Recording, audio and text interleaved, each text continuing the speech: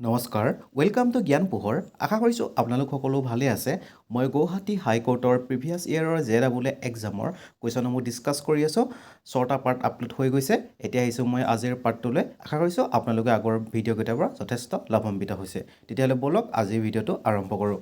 Question number 95 ইয়াতে সুধিছে Ram is 2 years older than Shyam who is twice as old as Rahim if the total of the ages of Ram, Shyam and Rohim is 27, then how old is Shyam? ইয়াতে কুৱেশ্যনটো কেনেকৈ দিছে আপোনালোকে লক্ষ্য কৰিব ইয়াতে কৈছে যে ৰাম শ্যামতকৈ 2 বছৰ ডাঙৰ আমি ইয়াত ৰামক আমি আৰ বুলি ধৰিম দেই ইয়াত আমি ৰামক আৰ বুলি ধৰিম আপোনালোকে এইটো মনত ৰাখিব আৰু শ্যামক আমি ধৰিম এছ বুলি ঠিক আছে আৰু ৰহিমক আমি আৰ বুলি নধৰোঁ যেহেতু দুটা আৰ ধৰিলে দিগদাৰ হৈ যাব আমি কোনটো আমি ৰাম আৰু কোনটো ৰহিম আমি গম নাপাম গতিকে আমি ৰহিমক আমি ধৰিম এইচ ঠিক আছে এতিয়া কথাটো হ'ল কি ইয়াতে কৈছে যে Ram is 2 years older than Shyam গতিকে ইয়াতে হ'ব R is equal to S plus 2 যিহেতু ৰাম শ্যামতকৈ 2 বছৰ ডাঙৰ আৰু যি শ্যাম আকৌ twice as old as Rahim ঠিক আছে গতিকে আমি গম পালোঁ শ্যামৰ বয়সটো কি হ'ব twice as old as Rahim ঠিক আছে গতিকে ইয়াৰ পৰা আমি ৰহিমৰ বয়সটো উলিয়াব পাৰোঁ গতিকে H is equal to S divided বাই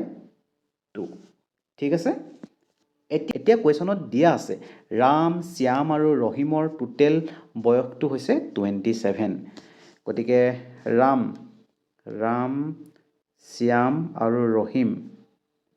সকলোৰ বয়সটো কিমান হ'ব 27 মানে টোটেল বয়সটোৰ দেই গতিকে আমি ইয়াতে আৰ ইকুৱেল টু কিমান হ'ব পাৰোঁ এছ প্লাছ 2 আকৌ এছটো এছৰ ভাগে বহি গ'ল এইচৰ বদলি আমি কি বহাব পাৰোঁ S by 2 plus 2 is equal to 27 sorry এইটো প্লাছ 2টো ইয়াত নবহে এইটো ভুল হৈ গৈছিল গতিকে দুটা এছ হ'ল S plus S is equal to কিমান হ'ব টুৱাইচ এছ ঠিক আছে তাৰপাছত আহি গ'ল plus 2 plus S by 2 is equal to 27 আৰু এইখিনি যদি আপুনি কেলকুলেট কৰে তেতিয়াহ'লে শেষত ওলাবগৈ এছ ইজ ইকুৱেল টু আপোনাৰ 10 ঠিক আছে গতিকে আমাৰ এছ ইজ ইকুৱেল টু কিমান ওলালে আমাৰ এছ ইজ ইকুৱেল টু 10 ওলালে গতিকে শ্যামৰ বৰ্তমান বয়স হ'ল 10 years ঠিক আছে এতিয়া আহিছোঁ মই ইয়াৰ পিছৰ প্ৰশ্নটোলৈ ইয়াতে সুধিছে Ram's present age is 2/5 of the age of his mother after 8 years he will be 1/2 of the age of his mother how old is the mother at present গতিকে কুৱেশ্যনত দিয়া আছে যে Ram's present age is 2/5 of the age of mother গতিকে ৰামক আমি R বুলি ধৰিলোঁ R is equal two হ'ব 2/5 of mother আমি মাদাৰক এম বুলি ধৰিছোঁ ৰামক আৰ বুলি ধৰিছোঁ গতিকে R is equal to 2/5 M হ'ব ঠিক আছে আকৌ ইয়াত কৈছে যে after 8 years he will be 1/2 of the age of his mother 8 বছৰৰ পিছত তাৰ বয়সটো অৰ্থাৎ 8 বছৰৰ পাছত ৰামৰ বয়সটো কিমান হ'ব 1/2 of the age of his mother গতিকে 8 বছৰ পিছৰ বুলি কৈ দিলে ৰামৰ লগত 8 বছৰ যোগ কৰি দিব লাগিব ইজ ইকুৱেল টু কিমান হ'ব 1/2 of the mother's age গতিকে 1/2 ইনটু মাদাৰ যিহেতু 8 বছৰ পিছত গতিকে ইয়াতো 8 এটা যোগ কৰিব লাগিব এইটো আৰ ইকুৱেল টু আমি 2/5 বহাই দিব পাৰোঁ 2/5m plus 8 is equal to আপোনাৰ এইটো আমি মাল্টিপ্লাই কৰি দিলোঁ m/2 প্লাছ এইটো 1/2 ইনটু 8 হ'লে কিমান হ'ব এইটো 4 হৈ যাব ঠিক আছে আৰু এইখিনি যদি আমি কেলকুলেট কৰিলে আমাৰ যি m ইজ ইকুৱেল টু 40 ওলাব ঠিক আছে গতিকে ইয়াতে শুদ্ধ উত্তৰটো হ'ব কিমান ইয়াতে 40 ইয়েছ গতিকে মাকৰ বৰ্তমান বয়স হৈছে 40 বছৰ এতিয়া আহিছোঁ মই ইয়াৰ পিছৰ প্ৰশ্নটোলৈ ইয়াতে কুৱেশ্যন নম্বৰ 97 পৰা 100 লৈ ইয়াতে কৈছে যে choose the word that is most essential part of the underline word গতিকে এই আণ্ডাৰলাইন ৱৰ্ডখিনি কেইটামান মষ্ট এছেঞ্চিয়েল পাৰ্ট তলত মানে MCQ কেইটাত দিয়া আছে আৰু কোনটো হয় সেইটো আমি সিলেক্ট কৰিব লাগে এতিয়া কাৰ ঠিক আছে কুৱেশ্যন নম্বৰ 97 কাৰৰ লগত এচিটো বহুত বেছি এছেঞ্চিয়েল পাৰ্ট নেকি এচিটো নহয় হুইলছ ইয়েছ হুইলছ গাড়ী চকা লাগি মানে চকাকেইটা থাকিলেহে গাড়ীখন চলিব ঠিক আছে গতিকে ইয়াতে হুইলছ হ'ব এতিয়া স্কুল 98 স্কুলত কি হ'ব বিল্ডিং এটা লাগিবই নেকি বিল্ডিং নহ'লেও হ'ব ন ব্লেকবোৰ্ড নহ'লেও হ'ব টিচাৰ মাষ্ট বি লাগিবই একচুৱেলি মানে বিল্ডিং এটা লাগে ব্লেকবোৰ্ড এখনো লাগে কিন্তু তাতকৈ বেছি প্ৰয়োজন কি টিচাৰজন মেইন হয় টিচাৰ থাকিলেহে মানে স্কুল থাকিব ঠিক আছে তাৰপিছত আহিলে চেম্পিয়নৰ লগত কোনটো এছেঞ্চিয়েল ৱৰ্ড জড়িত হৈ আছে ৰানিং নেকি ৰানিং নহয় ছুইমিং নহয় উইনিং ইয়েছ উইনিং তাৰপিছত আহিল কোৰ্টৰ লগত কোনটো জড়িত হৈ আছে কম্পিউটাৰ নহয় জাজ ইয়েছ কোৰ্ট থাকিবলৈ হ'লে জাজ থাকিবই লাগিব ঠিক আছে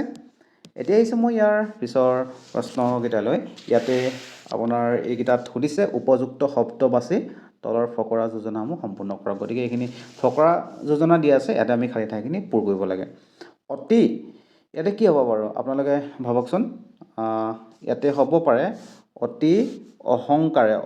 অহংকাৰে হত লংকা তাৰপিছতো হ'ব 102টোত এইটো আপোনালোকে গম পাইছেই চাগে আৰু হস্তিৰো পিছলৈ পাও সজ্জনৰো উৰে নাও ঠিক আছে এতিয়া আহিছোঁ মই 103 লৈ ইয়াতে হ'ব খাই কাৰখলা ডালত উঠিল কাঠি চেলেকাৰ মৰণ মিলিল ঠিক আছে তাৰপিছত কুকুৰে সদায় ক'ত কামোৰে কুকুৰে সদায় ভৰিৰ তলত কামোৰে নেকি নহয় পদূলি মূৰত নেকি নহয় আঁঠুৰ তলত শুদ্ধ উত্তৰ ঠিক আছে তাৰপাছত এইটো চাগে আপোনালোকে গম পাইছেই 105টো কি হ'ব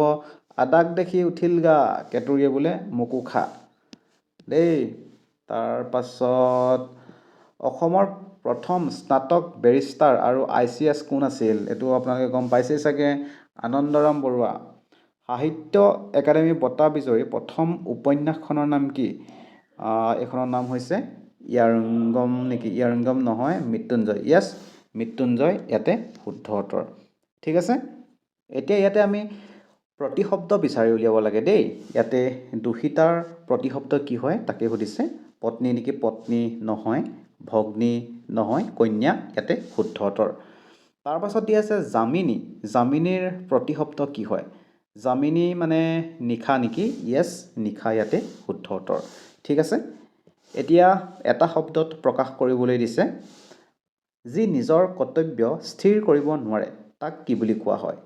অপশ্যন এত দিয়া আছে কিং কৰ্তব্য বিমূৰ নেকি ইয়েছ যোনে নিজৰ কৰ্তব্য স্থিৰ কৰিব নোৱাৰে তাক কিং কৰ্তব্য বিমূৰ বুলি কোৱা হয় এতিয়া আহিছোঁ মই ইয়াৰ পিছৰ প্ৰশ্নটোলৈ ইয়াতে সুধিছে যি নিয়মমতে খৰচ কৰে তাক কি বুলি কোৱা হয় মিতভাষী নেকি নহয় মিতব্যয়ী বুলি কোৱা হয় নিয়মমতে খৰচ কৰাজনক দেই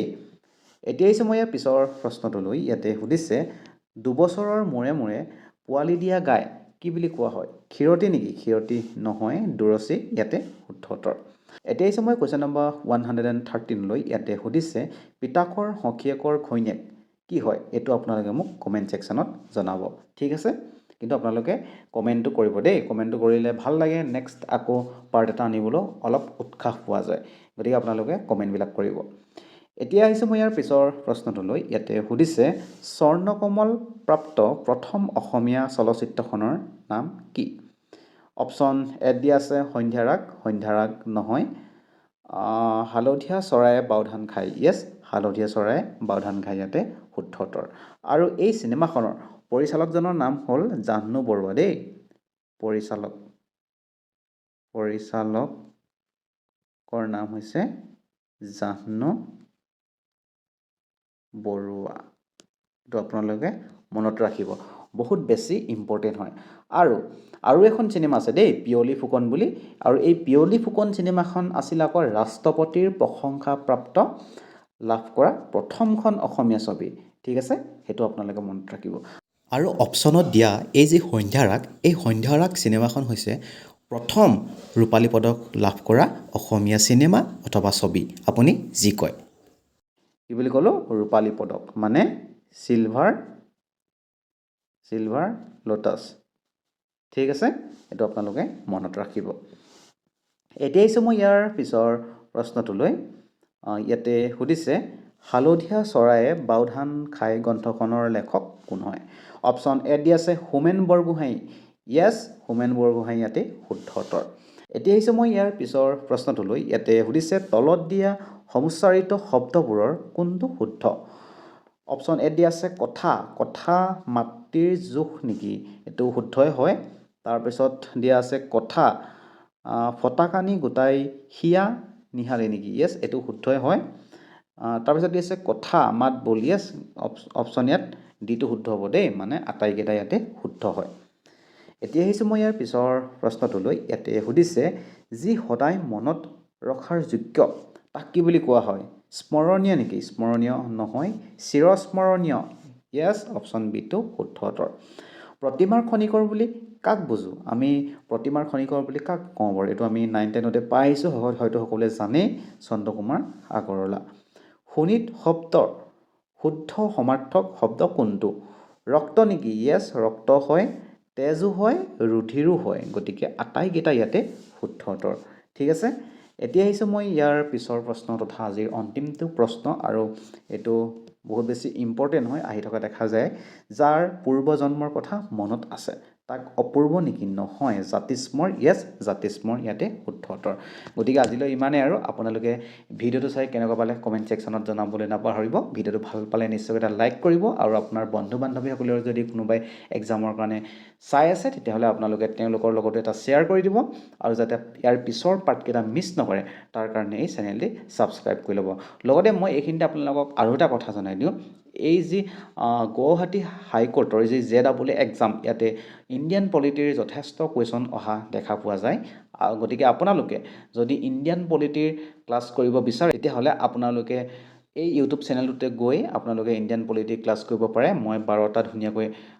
আপলোড কৰা হৈ আছে খুব বেছি আপোনাৰ 3.5 ঘণ্টা সময় যাব 3.5 ঘণ্টাত আপোনাৰ পলিটি সুন্দৰকৈ আপোনাৰ কনচেপ্ট ক্লিয়াৰ হৈ যাব গতিকে আপোনালোকে সেই পাৰ্টকেইটা আপোনালোকে চাব পাৰিব বাকী আজিলৈ আহিছোঁ ধন্যবাদ